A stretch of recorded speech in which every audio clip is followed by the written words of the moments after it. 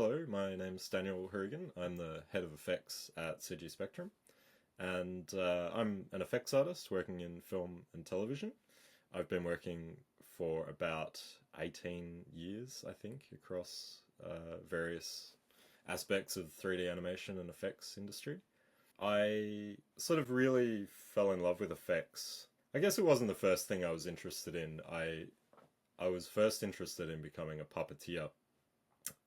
I really loved Jim Henson and The Dark Crystal and Labyrinth, and I really wanted to build things with my hands. When I was studying at university, I sort of told my lecturer that's what I wanted to do, and he sort of said, "There's no future in puppetry. You know, it's all about 3D now. No one's making things anymore practically." And I tried out 3D and I hated it at first. I really didn't like it because it was on the computer and I wanted to make things physically. But I sort of stuck with it. And then I thought, oh, well, I'll be an animator, a 3D animator, because that's sort of similar to what puppetry is. And I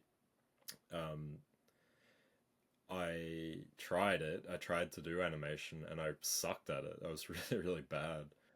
So I just kind of I was trying to think what else could I do with this? I probably could have got better, I suppose, but I realized through simulations, through like running these effect simulations, I could kind of animate, but I was just animating and playing with the controls, and I didn't have to actually move a leg or move an arm, and I found something really enjoyable in that. So I could kind of do animation, but I was animating water and I was animating fire. And then I got just like completely obsessed with trying to recreate natural phenomena. Yeah, trying to recreate things in the natural world.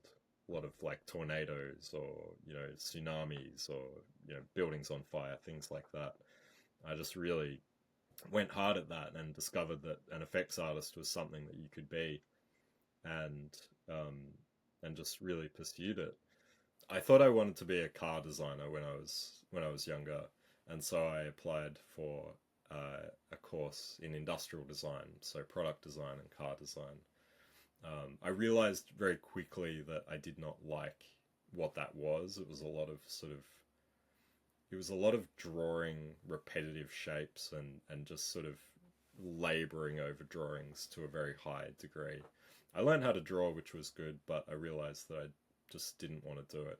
And that's when I was introduced to 3D and sort of got my first taste at it. The first things I was modeling in 3D were cars, which I found really, really boring. So then I sort of looked at what else was available, and that's how I sort of came across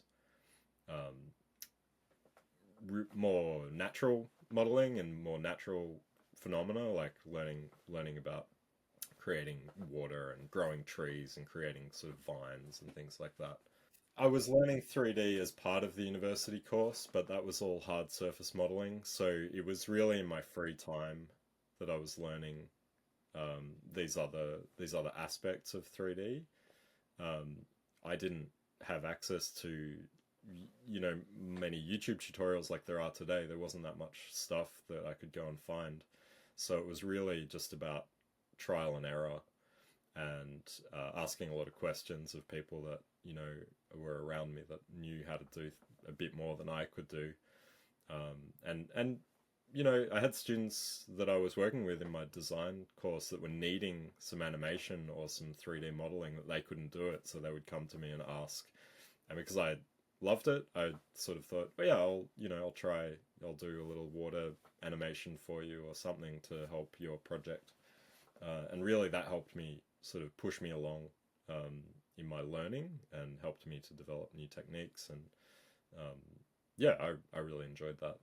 After I realized that I wanted to sort of focus on effects and I really wanted to do 3D as some kind of job, I put everything I had into learning as much as I could. I spent maybe about a year after I finished university just sort of pouring everything I had into creating a show reel, a portfolio that I could send out and potentially get a job. It took me almost a year to get enough work to the level that I thought, oh, I'm good enough to get it out there.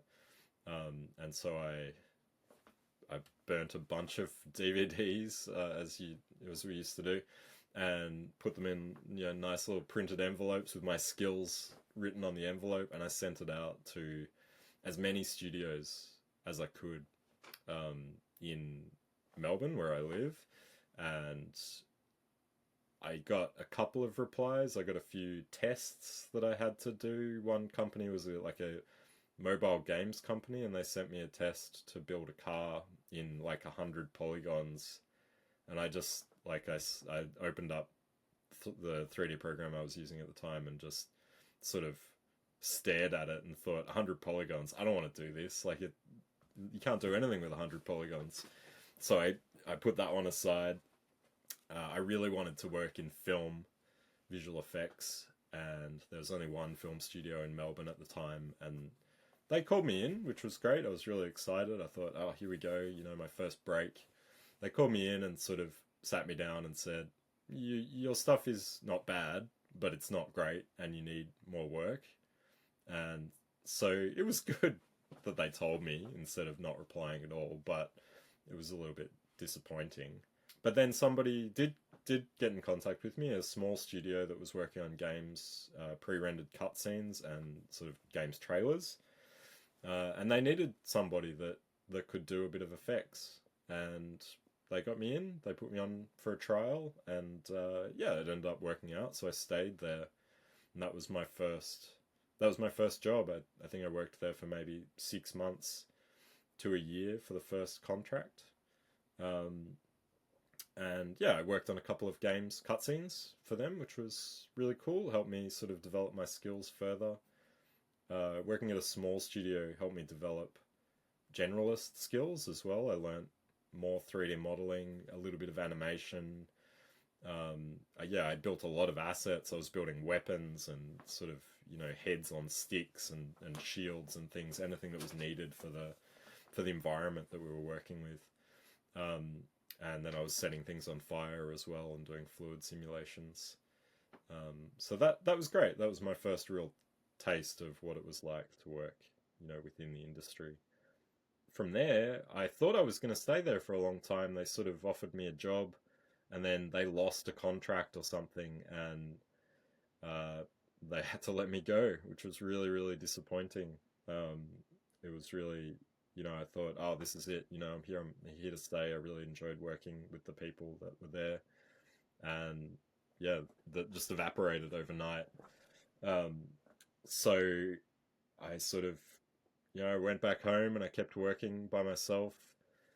Because I had a background in industrial design from studying, I knew some designers around, and one of them, he had a multidisciplinary design practice where they did a lot of projection mapping, real-time projection mapping, with particles and things falling down on buildings facades, and they needed a 3D artist. So I went and worked for them, and I sort of pivoted completely to a different industry, but still using my skills, but applying them in a different way. And so I did a lot of animation, a lot of particle work with them. We used to go out and do like live shows. We went and exhibited at museums and contemporary art galleries around the world, which was quite exciting. The craziest thing I did with them was this birthday party for a billionaire, where he hired us, flew us to the French Alps, and we had to put on this like projection show on ice with Cirque du Soleil, and like there was a horse on the ice, and I had to project onto this horse that was being led across the ice. It was absolutely insane, but that's what this world can take you, to these crazy places, if you have these kind of skills. So I worked with them for a couple of years until I got a bit sick of it. It was tiring and exhausting work sometimes, and it wasn't really exactly what I wanted to do. It wasn't really high end. It wasn't film. I still really wanted to do visual effects. Fortunately, in 2011, there was a film being made here called Ghost Rider 2, and they needed a lot of effects artists. The film studio here was called Allura, and they were doing the entire movie. And Ghost Rider has Nicolas Cage's head on fire for most of the movie, so they needed a lot of effects artists to be doing fire.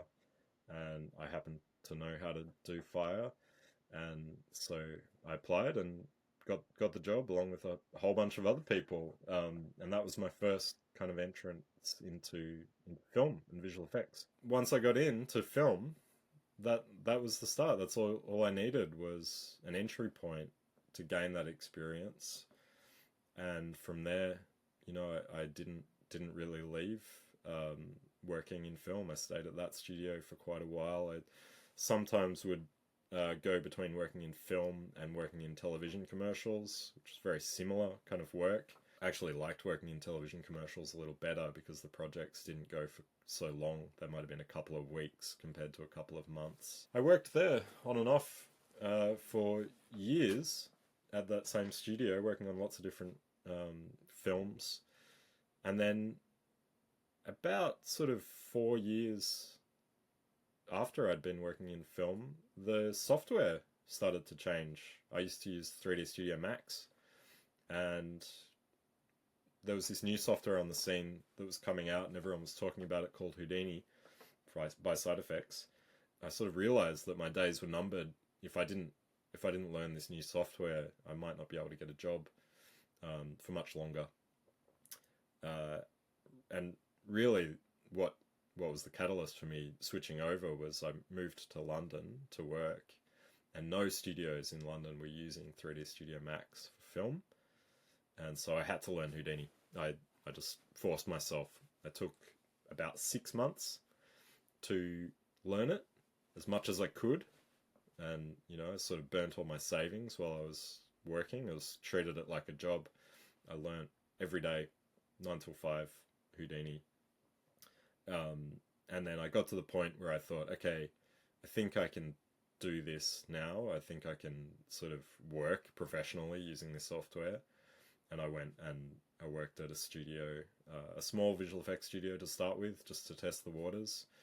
I worked on a couple of films with them, and then I went and worked for Double Negative in London, and worked on Hunger Games, and that was really my first major Houdini project that I'd done, and it was nerve-wracking because I still didn't really know a great deal. I sort of learnt as much as I could, but I skipped a lot of the basics, and I didn't have a great foundational understanding of how it worked. So half the time I sort of didn't know what I was doing. But I had the experience working in film previously. I just sort of didn't know the technical aspects of Houdini. So I was still able to do stuff, and I did some really amazing fire on that project. But yeah, it was incredibly nerve-wracking because I was lacking a lot of that kind of foundational knowledge that I should have learnt.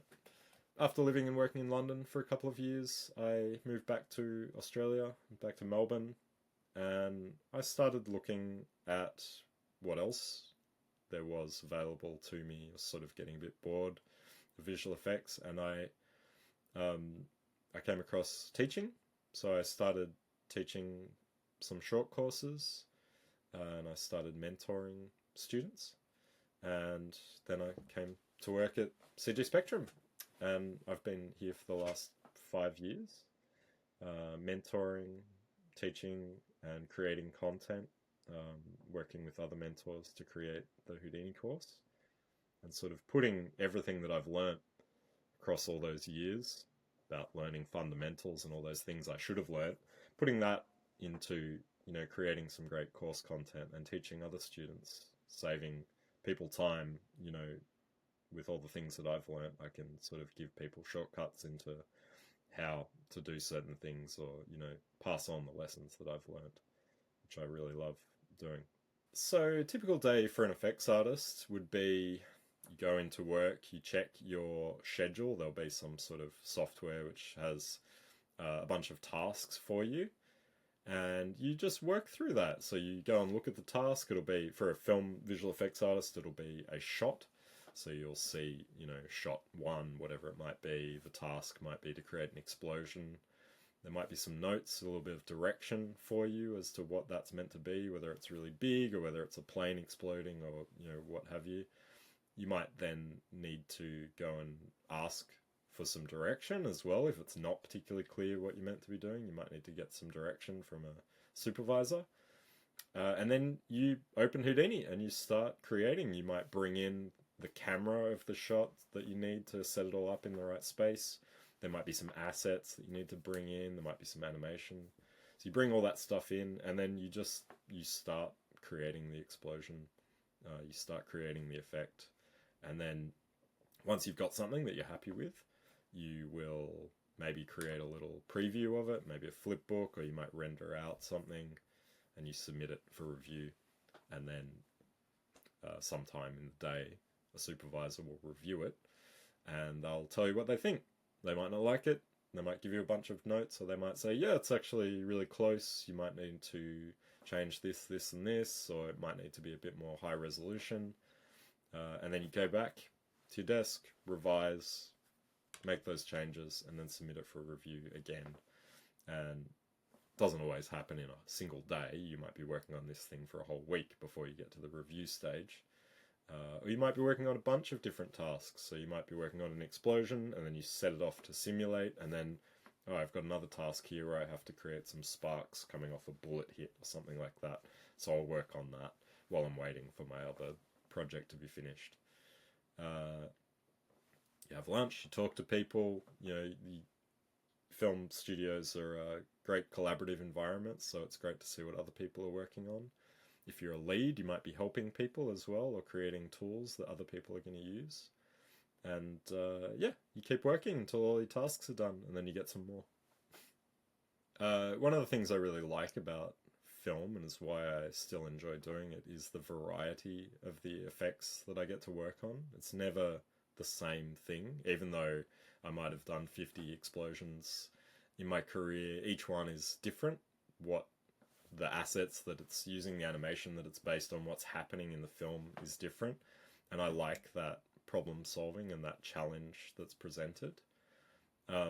So I really enjoy that, and it keeps me motivated to develop new techniques or to push the boundaries of what's possible. Or, last time I worked on an explosion, I wish I had have done this, so I'll try that for my next one. I also really get a lot of motivation from watching films and games projects and other 3D projects. There's a ton of amazing stuff being created all the time, so I watch those things and I use them to get inspired. I might see a technique that I haven't seen before, or something that I haven't done before, and I want to try it out. So I really use that stuff to push myself. And sometimes you get sick of doing 3D, or you might not want to do another explosion. So yeah, I find it's helpful to try out new techniques, or even to try out new software. If I've been using Houdini for the last 10 years, maybe, looking at what else is out there, looking at the potential of other softwares, or, what's coming up in AI, or what's coming up in GPU accelerated software. That stuff I find really interesting, and it helps me to sort of stay ahead of the game by looking at that stuff. And it's very inspiring as well.